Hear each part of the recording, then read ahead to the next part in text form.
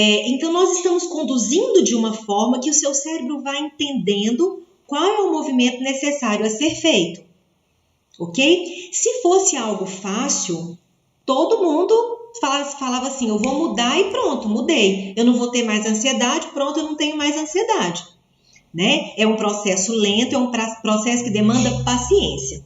Então, por exemplo, ontem no PDF estava escrito orgulho e medo, que é algo que eu venho falando desde o início. O orgulho, o medo vai impedir de você entrar em contato. E depois vem um sentimento de vergonha, você sente vergonha da pessoa que você é. Esse sentimento é bom porque significa que você entrou em contato, tá?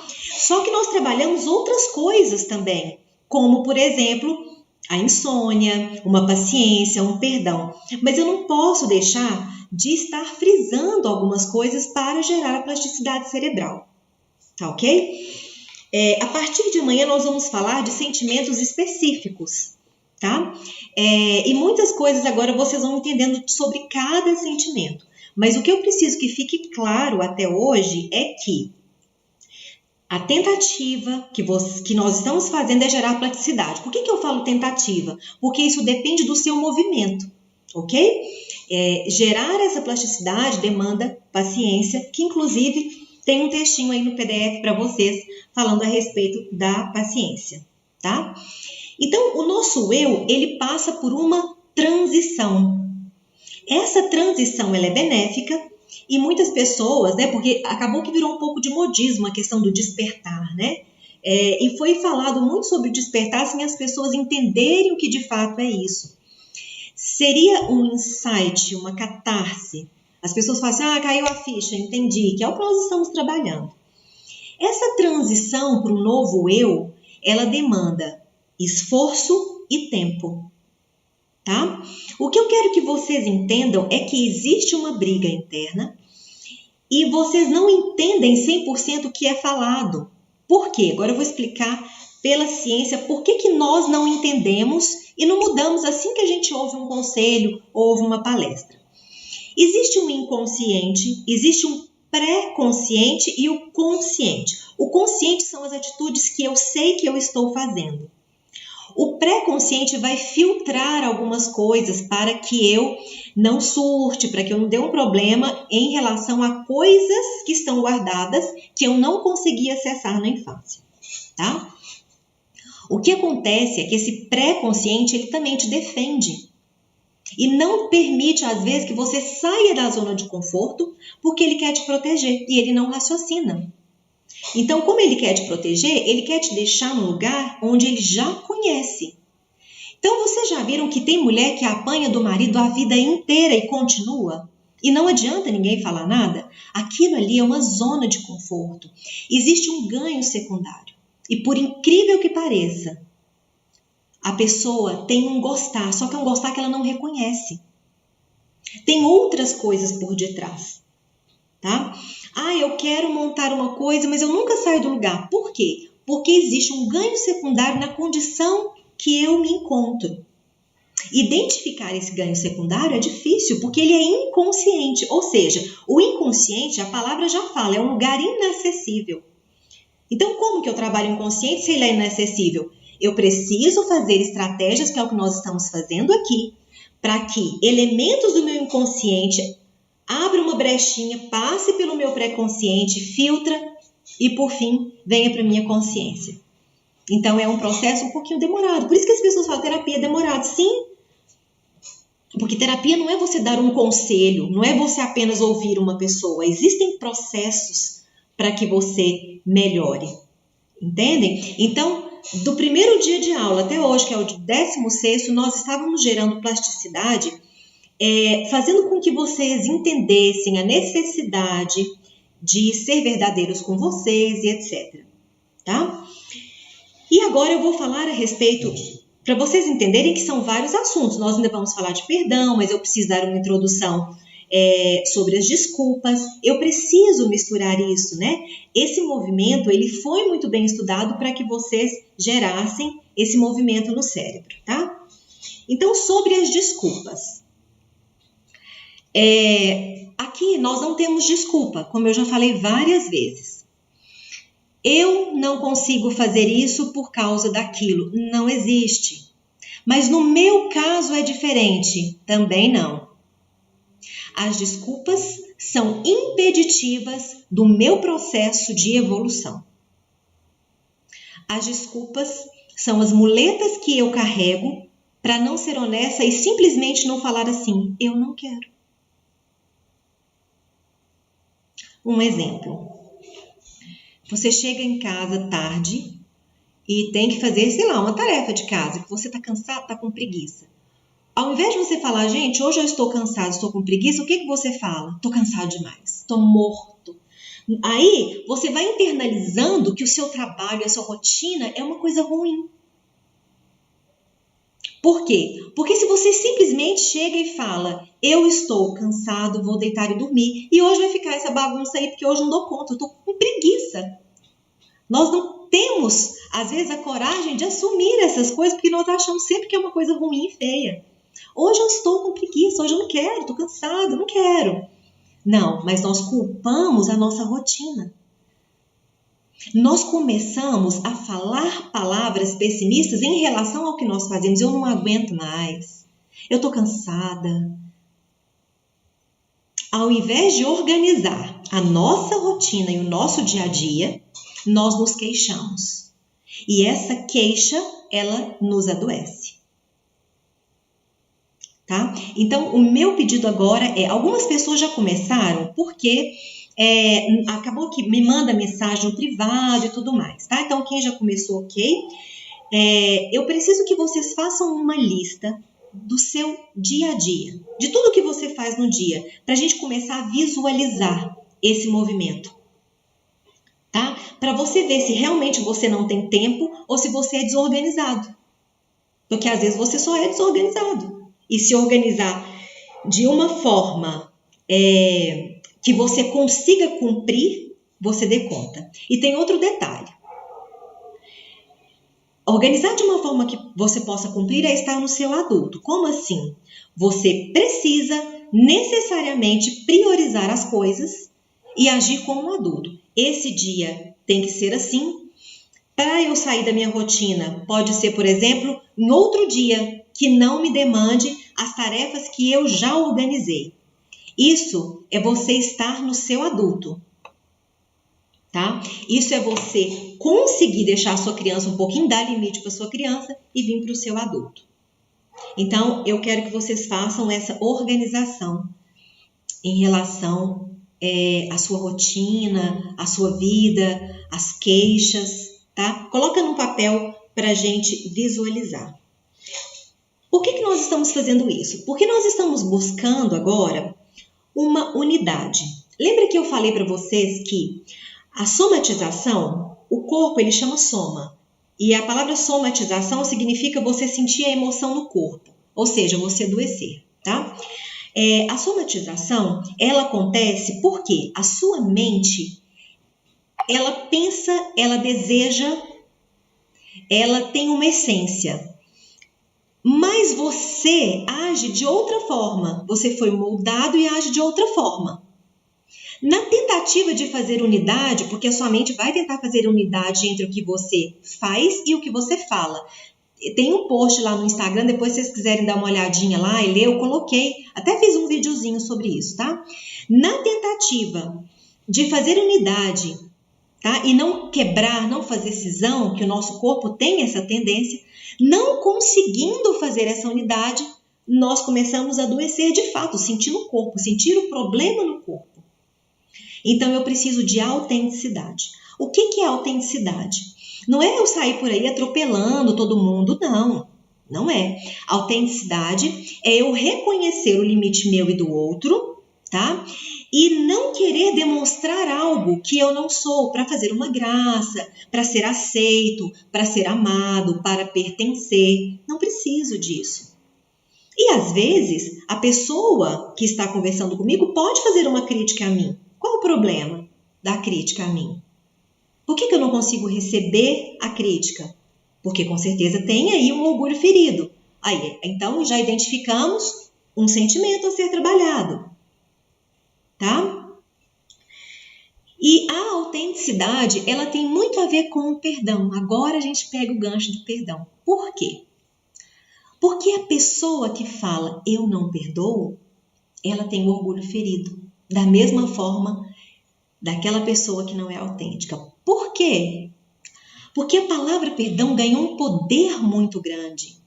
Como se nós tivéssemos o poder. Olha como é engraçado. Você fala assim, ainda se eleva, eu não perdoo fulano. E o que tem? Qual o problema se você não perdoa o fulano? O que vai acontecer com ele? Nada. E com você?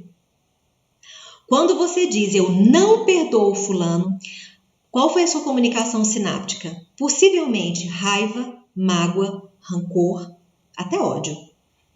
Então quem vai adoecer? Você. Tomar veneno e querer que o outro morra. Então o perdão é bom para quem é perdoado ou para quem perdoa? O perdão só é bom para quem perdoa. A questão é que nós nos sentimos grandiosos quando nós falamos eu não perdoo. Eu nem gosto muito da palavra perdão por causa dessa questão de imposição. Quem sou eu para perdoar ou não alguém? Né? Ele me fez alguma coisa e eu vou e falo, eu não aceito isso, não aceito, o que você vai fazer? Porque o máximo que você pode fazer é tomar uma atitude em relação a você. Você não pode mudar o quadro. Você não pode obrigar o outro. E essas duas frases, eu não aceito e eu não perdoo, te dá uma imposição, te faz crescer, porque o seu orgulho começa a inflar e te adoece. Então, ao invés de você ficar numa condição que até então parecia nobre, você não está. Só que a sociedade pregou como se fosse nobre. A vítima costuma ser nobre. Vocês já pararam para perceber? As pessoas falam, tadinho do fulano. E eu discordo do ditado que fala assim, quando você está mal, ninguém vem te ajudar. Eu acho que é o contrário. Quando você está mal, aparece até gente que não te conhece direito para falar, nossa, tadinho. Agora, quando você está bem e feliz, as pessoas têm mais dificuldade de vibrar com você. Quando você se destaca muito, quando você está se achando, porque que delícia, gente, você se amar, gostar da sua imagem, gostar da sua voz, gostar do seu jeito, ter orgulho de você, seja lá o que você fez. Hoje eu estava conversando com uma pessoa e eu contando, né, que eu abri mão de muita coisa. Por que o Instituto só tem 4 anos e tal, se a sua formação tem tanto tempo? Eu falei, porque os meus empreendimentos foram vários. O primeiro empreendimento foi ser mãe. Para mim é o maior empreendimento. Né? Para quem me conhece sabe, né? Eu sempre sinto que a minha mãe está aqui, mas a mãe é suspeita, né? O meu maior empreendimento foi ser mãe. Só que nós achamos que empreender é algo inédito, grandioso, e a gente vai para Nárnia ou para Disney porque tem que ser algo assim diferente. Não é.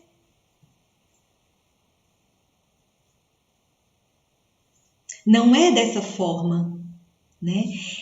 Então eu gostaria que vocês olhassem para o que você sente quando você fala coisas do tipo eu não aceito e eu não perdoo. E o mal que isso causa para você. Você acha que está se colocando numa condição grandiosa, mas não está. Porque uma pessoa grandiosa, ela normalmente teria pena da pessoa que lhe causou mal. Ela olharia para aquela pessoa e teria pena. E faria até uma oração. Quem dera se fôssemos assim. Estou me incluindo, né? Somos humanos. Quem dera se pudéssemos agir dessa forma. A humildade é uma virtude que quando você fala que tem, você já perdeu. E temos um hábito de falar que somos humildes. Será? Aí nós temos que buscar no nosso íntimo. Durante esses 16 dias, você já reconheceu orgulho, vaidade, medo, vergonha? Você já reconheceu que você quer comandar as pessoas? Estou torcendo para que sim. Porque se você reconheceu, você está num caminho muito bom. Você já reconheceu que você precisa agradar todo mundo para ser amado, para ser aceito? Alguém aí descobriu que tem um ego fraco, que precisa se apoiar em ideias alheias, que tem medo de expressar opinião? Conseguiram detectar complexo de inferioridade ou de superioridade? Porque eu preciso que vocês detectem essas emoções. Conseguiu detectar que você tem rancor e mágoa e inveja? Se nós não detectarmos as nossas falhas, é impossível mudar. Porque eu não vou mudar aquilo que está bom, eu vou mudar aquilo que está ruim. E se eu não sei o que está ruim, não tem como eu mudar. Hoje faça um exercício. Peça perdão para alguém. Talvez você não consiga para a pessoa que você anotou aí na folha. Mas às vezes você consegue para uma pessoa que é um perdãozinho mais de leve para começar. Mas faça o movimento de pedir o perdão. Por quê? Porque esse movimento é nobre, ele é grandioso. Vocês não têm noção do quanto é grandiosa uma pessoa que pede perdão, ela devendo ou não. Porque às vezes a gente fala, me desculpa, às vezes a gente nem está errado. Mas a ação é muito nobre. Por que é nobre? Respondam aí, eu dou um tempinho para vocês pensarem aí. Por que a ação é nobre?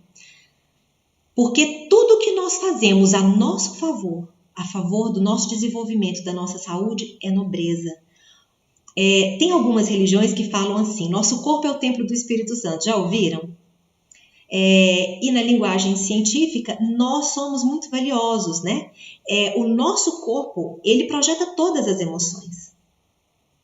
Então, perdoar é uma ação nobre porque você está embelezando o seu espírito. Tem gente que fala a seguinte frase, quando eu morrer esse corpo vai ficar. Eu não gosto muito da frase não, porque esse corpo é muito importante, você tem que amar, tem que gostar, tem que cuidar, né? Mas de fato, uma hora, devido à gravidade, vai cair, vamos perder algumas células, alguns tecidos e tudo mais. E o nosso espírito não. É ele que vai continuar. Então, esse movimento da mudança dos 50 tons para a cura é um movimento de embelezar o seu espírito. É um tratamento de beleza para a sua alma. A alma é igual a emoção, tá? Para quem não sabe. Nesse sentido terapêutico. Porque nós temos outros sentidos religiosos e tudo mais. No sentido terapêutico, alma é igual a emoção. E aí eu quero perguntar, você está se embelezando com todos os cosméticos que nós estamos oferecendo para você? Você está embelezando o seu espírito? Eu preciso que você se sinta valioso. Tem uma frase de Maria Modesta Cravo que ela fala assim, o diamante no lodo continua sendo diamante, é só limpar. Você está se limpando, se banhando, se embelezando, porque automaticamente eu disse que você é um diamante. E aí? Portanto, a todo momento eu peço para vocês voltarem. Volta na primeira aula, na segunda, releia, leia quantas vezes for necessário, vá lembrando, porque o nosso cérebro não capta tudo que eu falei. Não é tudo que eu falei que vai ficar registrado aí. Quem dera, né, se fosse. Andaria mais rápido, mas não é. Então, eu gostaria que vocês voltassem, tá? Voltassem e relessem, ok? Recapitulando hoje, nós estamos fazendo uma transição do eu. Nós estamos reforçando esse olhar. E agora, está com um pouquinho mais de clareza. Eu mandei o áudio da Anísia porque eu gostei muito da resposta dela, das questões lá do PDF, né? Ela colocou muito bem. Ela conseguiu perceber o que ela precisava fazer. Agora é ter ação em direção a isso, tá? E eu quero que vocês percebam o seguinte, por que passar por um problema e acontecer a mudança é embelezar o nosso espírito? Vou falar uma coisa forte para vocês entenderem o que eu quero dizer. Às vezes tem uma pessoa super arrogante e ela tem um filho que ama muito. Se esse filho der um câncer, por exemplo, essa pessoa muda totalmente o jeito de ser. Por quê? Porque mexeu com algo muito mais profundo. E aí tem um ditado que diz o seguinte, ele é bíblico: você vai pelo amor ou pela dor? A questão, pessoal, é que nós escolhemos muito ir pela dor. Porque enquanto está tudo bem, nós não olhamos para o nosso espírito, nós não olhamos para a nossa alma. A gente está comendo de tudo e está com saúde, a gente não olha para a nossa saúde. Nós olhamos quando precisa. Na maioria das vezes, nem todo mundo, né? Eu estou falando da maioria. Quantas pessoas em consultório, mas quantas pessoas mesmo, principalmente o ano passado e esse ano por causa da pandemia, eu perdi as contas de pacientes chegando com ansiedade crônica. Perdi as contas mesmo. Muitos pacientes. Por quê? Porque precisaram ficar só, precisaram ficar consigo. E o corpo uma hora vai pedir. O corpo vai pedir porque a necessidade do corpo é a sua evolução moral. É o seu despertar espiritual. A necessidade do seu âmago é melhorar. É se alinhar para um bem maior. Então aqui você tem a oportunidade de embelezar o seu espírito. Tudo que você está passando até hoje, seja de saúde, ou seja problema relacionado a relacionamento, a empresa, seja o que for, o que você está passando é a oportunidade para fazer a mudança. A mudança é benéfica. A mudança é um elemento para que você dê mais um passinho. E depois mudar mais uma vez, e descobrir mais coisas, e estar sempre em desenvolvimento. Ok? Então, para vocês entenderem o link que eu fiz do perdão e da autenticidade, tá? Para ficar bem claro, a autenticidade é quando você consegue olhar as coisas sem julgamento. E por que você tem medo das pessoas te julgarem? Porque você julga. Se você não julgasse, você não tinha medo das pessoas te julgarem. Nós medimos o outro com a nossa régua. O que perdão tem a ver com isso? O perdão é justamente a visão social que eu tenho de que o outro não pode me ferir, porque eu o quê? Por que eu sou diferente? Porque normalmente nós nos achamos num lugar especial, seja financeiro, seja intelectual. Nós nos achamos um pouquinho mais, isso é uma tendência também. Agora eu vou fazer uma pergunta polêmica, porque eu adoro. Aí vocês respondam aí, caderninho de vocês. Traição dói? Tem gente que já ouviu minhas palestras e já sabe a resposta. Para aqueles que não sabem, responde aí. Traição dói? Para quem não viu minha palestra, possivelmente falou que dói. E eu vou te falar que não é a traição que dói. Então o que dói? Se não é a traição, o que dói? Tem como a traição doer? Ela não está no seu corpo. Foi o outro que cometeu, então não é ela que dói. Precisa estar no seu corpo para doer. Lembra que eu fiz uma brincadeira de você tocar alguma coisa e você achar, você está sentindo a mesa, né? Você não está sentindo a mesa, porque se eu anestesiar a sua mão, a mesa some. É o seu sentimento. Como se fosse empatia. Empatia não é se colocar no lugar do outro totalmente, porque é impossível. Para isso eu precisava ligar neurônios e isso não é possível na neurociência ainda. Então, não é a traição que dói, porque é o outro que traiu. O que dói? Vou falar o que dói. Orgulho, medo, vaidade e egoísmo. Isso que dói. Se nós, e eu vou me incluir porque nós somos humanos e nós temos isso, se nós não sentíssemos isso, não tivéssemos esta estrutura social, inclusive também, nós perdoaríamos. Nós até falaríamos assim, que meu marido não escute, né? Nós até falaríamos assim, vai ser feliz, o meu amor não precisa de reciprocidade. Nós não fazemos isso. Porque nós falamos assim, é meu marido, é minha esposa, é meu namorado. Ou tem outra fala muito comum, o que os outros vão falar? E tem uma melhor ainda, depois de tudo que eu fiz por você. O que é isso? Orgulho, vaidade e egoísmo.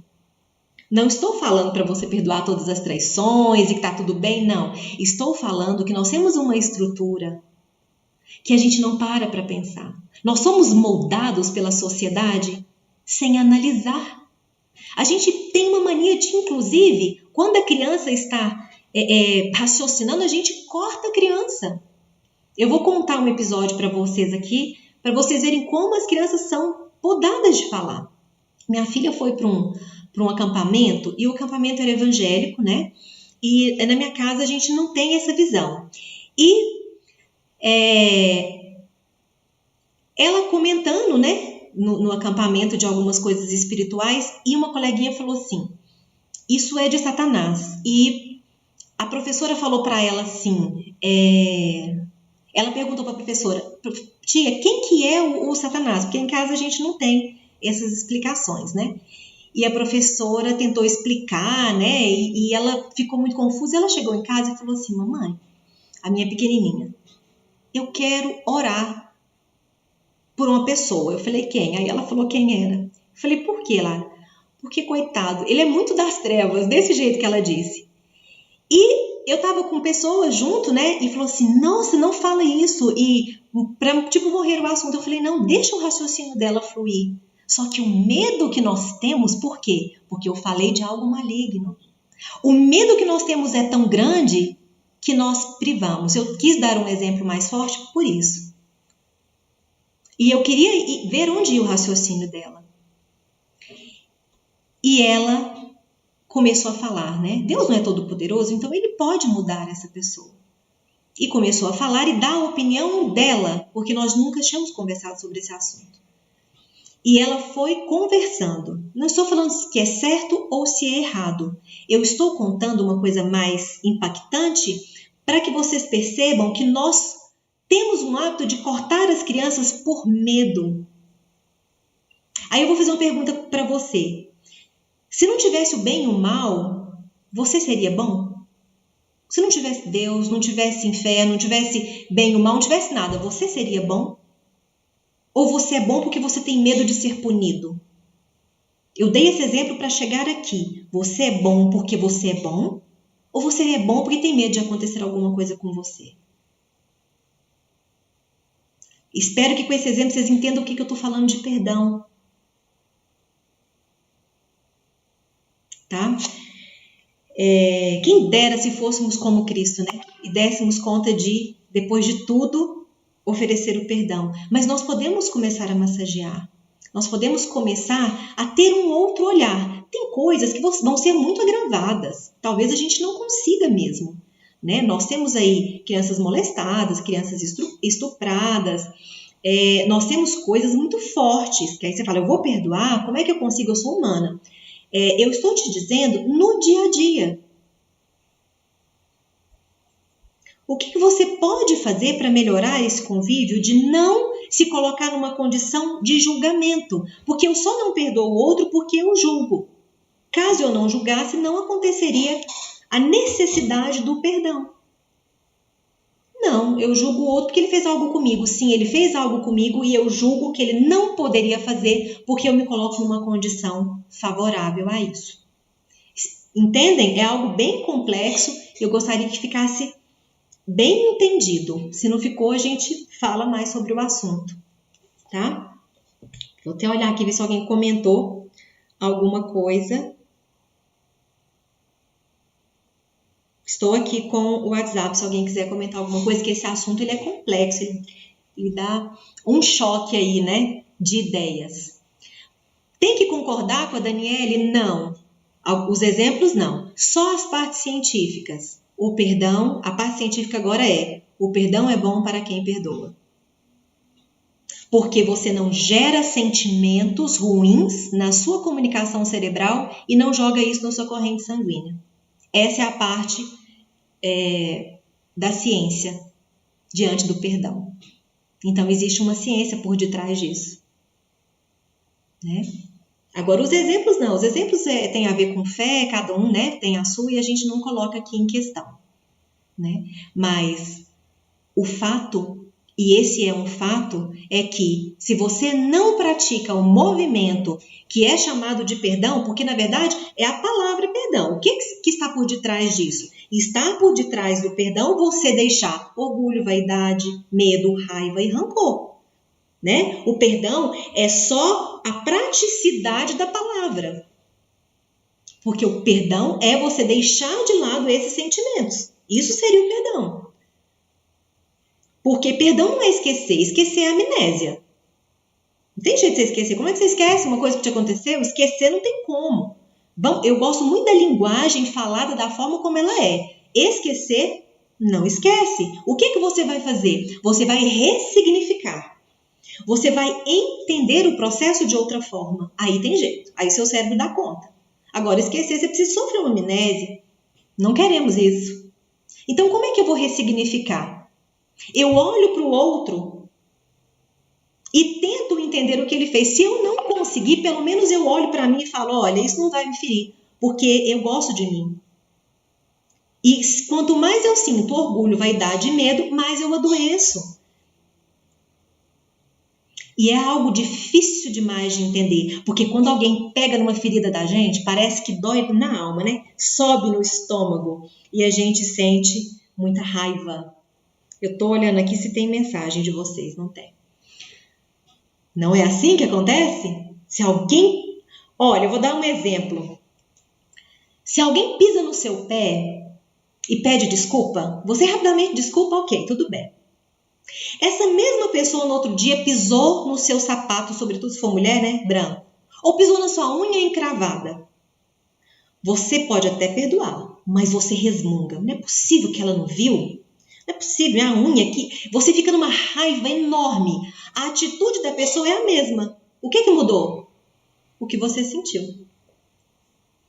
Por quê? Ontem você não estava com a unha encravada e hoje está. Então hoje você sentiu dor. Aí você começou a ver que a pessoa foi descuidada. Ontem você não viu que ela era descuidada. Mas hoje você viu, porque hoje você sentiu dor. A atitude da pessoa é a mesma. O que mudou foi a forma de interpretar. Um dia eu fui tratar uma pessoa, acho que ela vai lembrar, porque ela está aqui no grupo, né? E ela falou assim, mas se alguém gritar com você? Eu falei, eu tenho até dó, porque eu não vou gritar com a pessoa. E no início, ela ficou muito nervosa, porque eu não posso aceitar isso. E eu achei o máximo, eu falei, eu quero essa pessoa. É essa pessoa que eu quero tratar. Porque nós íamos escolher, né, o pessoal lá para cuidar. E foi uma pessoa que se saiu tão bem na terapia. E cada vez que ela me manda uma mensagem, eu fico mais emocionada. E eu achei o máximo no início, porque no início, como ela é muito autêntica, no início ela expôs, né? Como assim? Não posso aceitar isso, não, né? E o movimento dela foi tão grande que ela começou a ter visões terapêuticas. É isso que eu quero que aconteça com vocês. Eu quero que vocês briguem mesmo quando não concordar. Porque a gente não tem que ficar concordando sem raciocinar. E que vocês comecem a elaborar o que você pensa, o que você acha que, segundo o seu bom senso, né? A gente tem uma voz lá dentro que fala pra gente que é o bom senso. Isso está certo, isso não está. E deixar de lado esses sentimentos para você caminhar. Porque eles são impeditivos de você caminhar, não é do outro. Ok? Tarefinha de hoje, repetindo. Pede perdão para alguém. Que seja grande ou que seja pequeno, o ato, mas faz um movimento. Faz esse movimento por você. Boa noite. Até amanhã. Um grande beijo em todos vocês. Fiquem com Deus.